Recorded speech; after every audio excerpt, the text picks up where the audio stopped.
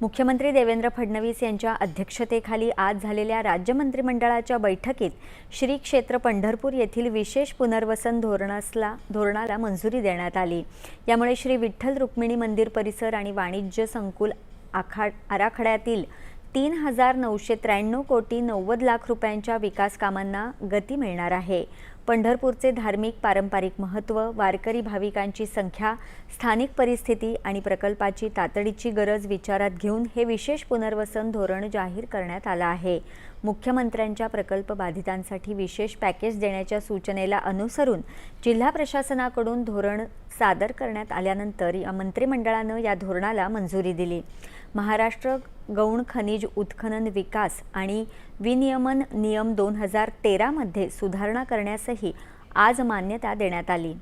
महाखनिज 2.0 या पोर्टलवर गौण खनिजाची खाणक्षेत्र, साठवणूक क्षेत्रे, वाहतुकीची अद्ययावत माहिती पारदर्शकपणे उपलब्ध होणार असून परराज्यातून येणाऱ्या गौण खनिजाच्या वाहतुकीचं नियमन करण्यात येईल आणि वाहतूक पास घेणं बंधनकारक असणार आहे।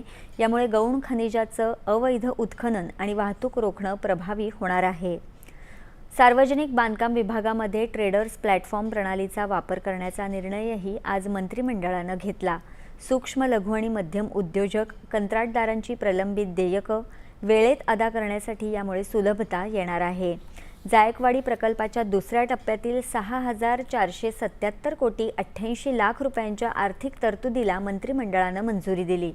टप्पा 2 मुळे गोदावरी खोऱ्यातील सिंदफणा नदीवरील माजलगाव धरणाच्या कामाला गती मिळणार आहे। यातून छत्रपती संभाजीनगर, अहिल्यानगर, बीड, परभणी आणि नांदेड या 5 जिल्ह्यातील सुमारे 1,31,652 हेक्टर क्षेत्राला सिंचनाचा लाभ मिळणार असून औद्योगिक पाणीपुरवठा, मत्स्य व्यवसाय, विद्युत निर्मितीला देखील चालना मिळणार आहे।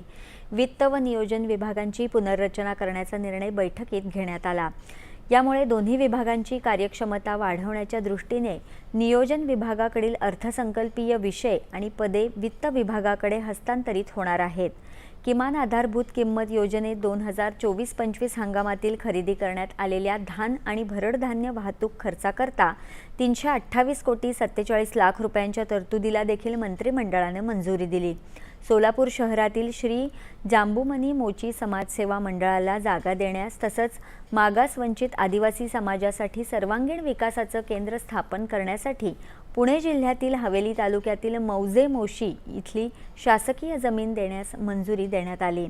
गडचिरोली जिल्हा क्रीडा संकुलातील टप्पा 2 मधील विविध क्रीडा सुविधांच्या कामांना मंजुरी आज राज्य मंत्रिमंडळानं मंजुरी दिल्यानं क्रीडा संकुलाच्या सुमारे 80 कोटी 12 लाख रुपयांच्या अंदाजपत्रकातील कामांसाठी अनुदान मिळण्याचा मार्ग सुलभ झाला आहे।